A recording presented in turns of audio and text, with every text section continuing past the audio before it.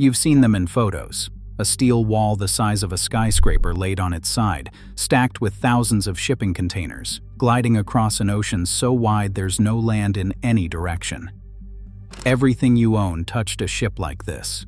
Your phone, your shoes, your coffee, the car in your driveway. Around 90% of everything you've ever bought crossed an ocean on a vessel exactly like the one in that photo. Now, look closer. On a ship the length of 4 football fields, carrying cargo worth hundreds of millions of dollars, how many people do you think are actually on board? Take a guess. Most people say a few hundred. Some say 1,000. The real answer is about 20. That's the first strange thing about life out there, and it's the smallest surprise on this list. Because what happens to those 20 people over the next several months, floating in a metal box on the open ocean, is something almost nobody on land ever hears about. There are 3 things you need to understand: why they go, what it actually does to a person, and the part at the end that nobody expects. By the time this video is over, you're going to look at the next "your package has shipped" notification very differently. Let's start with those 20 people. A modern container ship a quarter of a mile long is run by a crew of around 20 to 24. That's it. A captain, a handful of officers, a few engineers, and a small deck crew. One person can be responsible for a section of ship bigger than a shopping mall. The machine is so automated that it barely needs humans at all, which means the humans who are there are stretched incredibly thin. And here's the part people never think about. Those 20 are almost never from the same place. Walk onto a typical cargo ship and you'll find a Filipino bosun, an Indian captain, a Ukrainian second officer, a Chinese engineer, and a Romanian electrician, all living in the same steel hallway for months. It's one of the most international workplaces on Earth. But it creates an obvious problem. If nobody shares a native language, how does anyone give an order in an emergency? The answer is that maritime English isn't a suggestion, it's the law. There's a standardized vocabulary every officer must speak, because on a ship, a misunderstood command doesn't cause an awkward moment. It causes a collision. And they will be speaking that language for a long time because of the third strange fact. You can't just quit. Seafarers sign contracts that run 6 to 9 months at a stretch, and once you're at sea, there is no getting off. There's no calling in sick, no long weekend, no "I need a mental health day." Crews work 7 days a week, every week, the entire contract. Weekends don't exist out there. The concept of Saturday simply disappears. And the engine that's carrying them never gets a day off either, which is stranger than it sounds. On most long ocean crossings, that main engine runs continuously for weeks, sometimes months, without ever shutting down. A modern marine engine can be 3 stories tall and burn more than 100 tons of fuel a day, and stopping it in open water is a serious event, not a casual thing. So the crew lives with it, a machine the size of a house, pounding away beneath their feet day and night for the entire voyage. Which brings us to something that surprises every single person who spends their first night at sea. The ship is never, ever silent. It never stops moving. That engine sends a low vibration through every wall, every bunk, every fork on every table, 24 hours a day. You feel it in your teeth. You feel it in your chest when you try to sleep. Sailors describe going home after a long contract and being unable to fall asleep on solid ground, because the stillness and the quiet feel wrong to them. Their bodies had learned to need the hum. And their bodies are dealing with something else too, something you'd never guess. Your clock is broken the entire trip. When a ship sails east or west across the ocean, it crosses time zone after time zone, and the ship's clock has to change to match. So the crew gets hit with a version of jet lag over and over, losing or gaining an hour of sleep every few days for months, without ever stepping onto a plane. Your body never fully settles.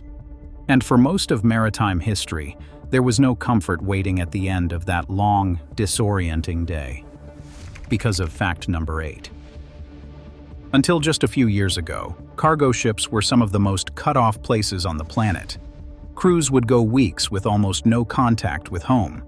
A child's birthday, a family emergency, good news, bad news, all of it had to wait until the next port.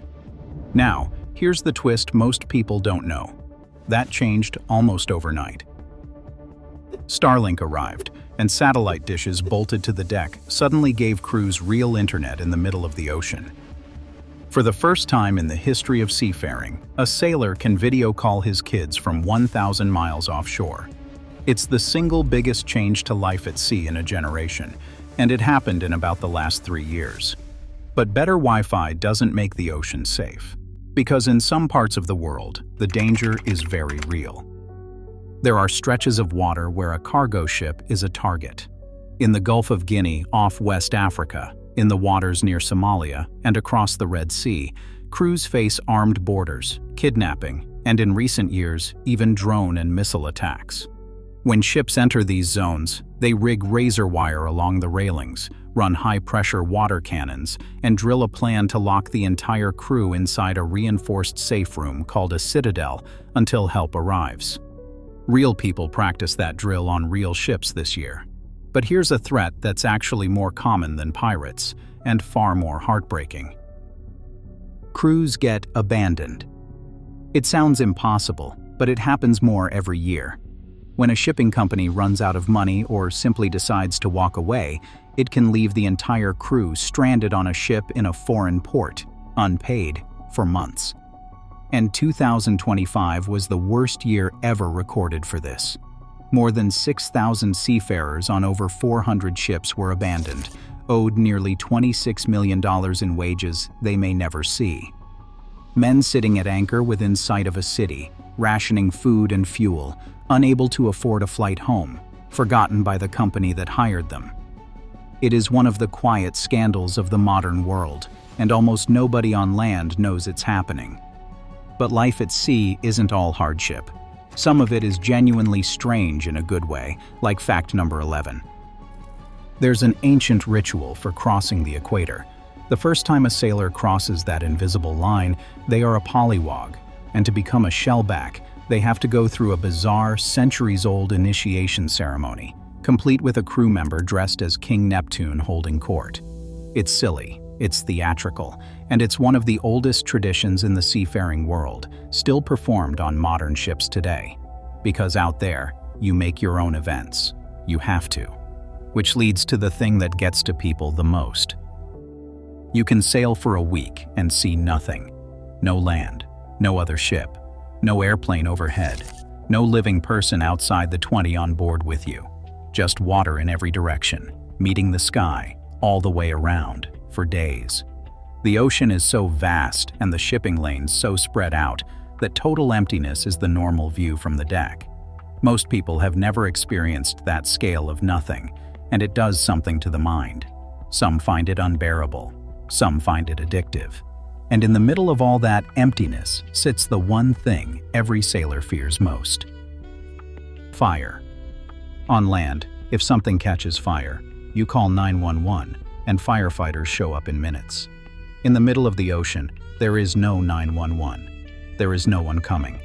The crew of 20 is the fire department, and if a fire gets out of control on a ship stacked with thousands of containers, some carrying chemicals nobody fully declared, the nearest help could be 1,000 miles and several days away.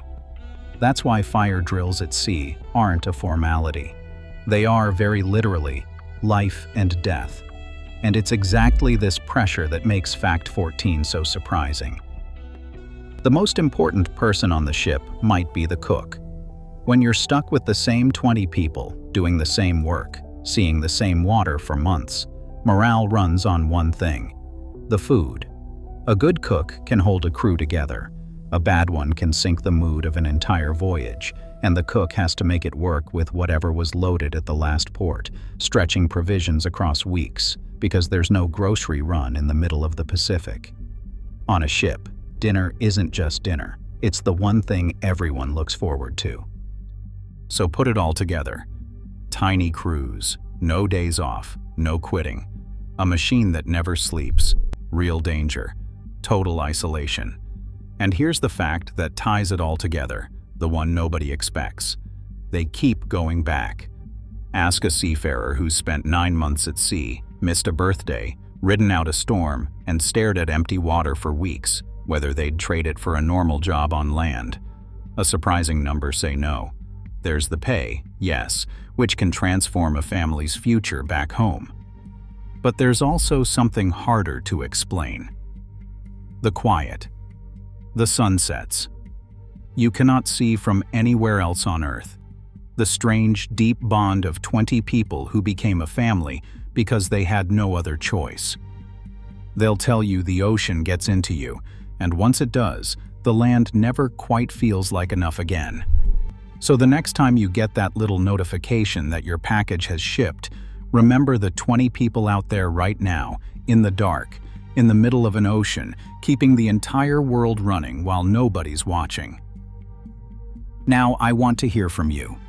Would you last 9 months at sea with no days off and no way home?